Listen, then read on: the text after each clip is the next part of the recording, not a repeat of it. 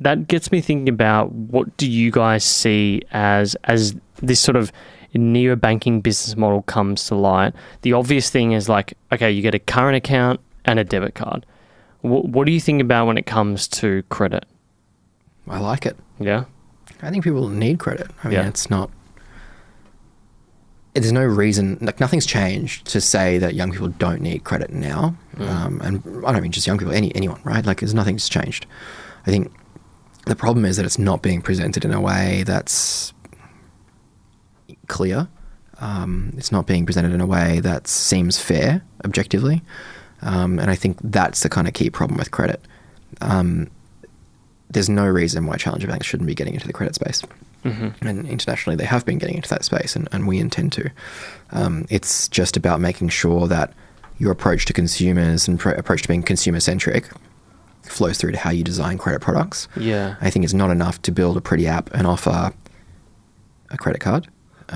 You need to build a pretty app, but you also need to make sure that the way your credit products are structured and the way that consumers interact with those credit products has some cut through and has a clear kind of difference compared to others. And I don't mean like your interest rate is better.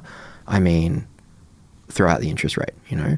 Why, if someone needs every 2-3 months an extra $500 because their pay cycle falls outside of their rent cycle, they don't need a $5,000 credit card year round, you know?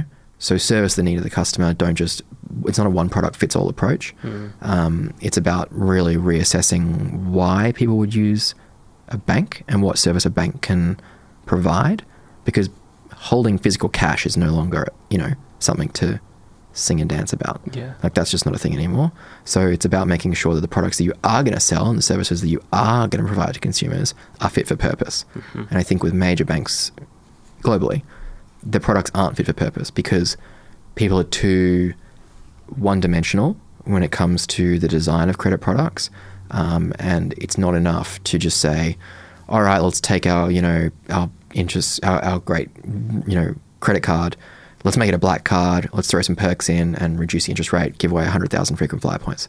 You know, that's not enough because people don't care. And yeah, there are people who go around and hunt those frequent flyer points down, and that's great. But like, that costs money, you know, like it's like $1,000 to get 100,000 frequent flyer points. So you're spending money to get those customers. So it's not enough. I think from our point of view, we like credit. We don't like the way it's presented to consumers, and it's not about the interest rate. It's about, you know, making sure that it's not right to approach it as we have 100 customers, how many can we cross-sell into this credit product, you know? Yeah. And the approach should be, we have 100 customers, like, what are their problems and how can we fix them? And we're not a charity. We're not giving away this stuff for free, but we're also not going to just try and get people to move across into a credit product they don't really want or need. Yeah. You know, our philosophy is that if the credit product is good enough and it meets the needs of someone, they're willing to pay for it, and we'll charge a fair price for it. Yeah, because it's one of those areas that you definitely have to go into touch, because obviously people are going to want credit, as you said, and it's also a key driver of the economy and of any sort of financial services business and how they can actually make money.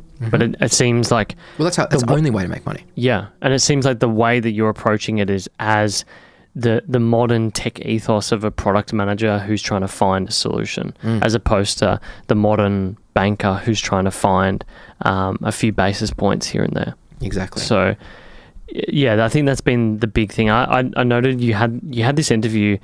I don't know if it was on like the 7:30, like it was an excerpt from the 7:30 report, or if it was from, I think it was that one, not the AFR one on Emily Skye, but it really reminded me of this whole, like you said, spoke about how the mortgage for a lot of millennials is becoming less and less desirable and other things are. And it just got me thinking about this sort of, this Kevin Kelly? Yeah, Kevin Kelly from Wired. I think that's his name. The guy who was the founding editor at Wired, and he talks about this whole like a SaaS for everything model. Like if you need pots and pans, you won't buy pots and pans, you'll just rent them for the night. Yeah. And yeah, it was, I just started thinking more and more about that. Like, what does that look like? You know, if you got like a level of credit or, you know, services like that, a SaaS type service where it relies on credit. I don't know. It's very interesting how that could work out inside the app. Yeah, exactly right. I totally agree with you. I think that really will be a service for everything, SaaS for everything. I think that's exactly the way everything's going. I think the comment you're referring to from that show was that, young people are finding, I think banks are obsessed with whether mortgages are affordable and who's going to make most affordable mortgage. But the kind of assumption underneath that is wrong. I don't think mortgages are that desirable anymore. I think that from our point of view, if someone wants to get a mortgage, fine, right? But we're also kind of going to step back and say, well, do people really want that? Yeah. You know, what do our customers want? And certainly at first instance, we're not going to be offering mortgages. It's just something that, like, it's a really easy way to make money. Mortgages. Yeah. You make a lot of money offering mortgages. So much money. A lot of money. Yeah. And that's why banks love them, right? Because it drives profit, just drives so much profit. And so for us, it's like, yes, that's a way to drive profit, but it's also really boring. I'm just so bored by it. It's just like, you can do so many more cool things working on like an everyday transaction account and just produce a really, really good transaction account with really interesting, fun, fair credit. Better ways to access credit. If someone wants to go and buy a house, fine, they can go and get a mortgage and maybe we'll provide that to them. But again, it's just one of those things where it's like, I think attitudes are changing. I don't think that home ownership holds the same kind of weight anymore. Yeah. It's the same thing with, all trends point this way. Like people spend more money on, People spend more money on cleaners in their home, millennials, than their parents do on average. Really? Right? People who are renting. So it's like people pay for convenience and lifestyle now. They don't necessarily look for like, I can't get a cleaner because that's just luxurious. That's just ridiculous. I can't get a cleaner. I think the attitude of millennials and young people now is kind of like more of a YOLO attitude, which is like, if I want a cleaner, I'm getting a cleaner because I'm living my best life, you know? Yeah. They're sort of living the best life that they could possibly live. Correct. Within their means, I guess. And that's exactly right. It's like by the same token, it's like, yes, they're spending more, but also they're also not going into huge amounts of debt. You know, they're living within their means, but they're spending it on things that they like. And I think that's a pretty fundamental shift in attitude.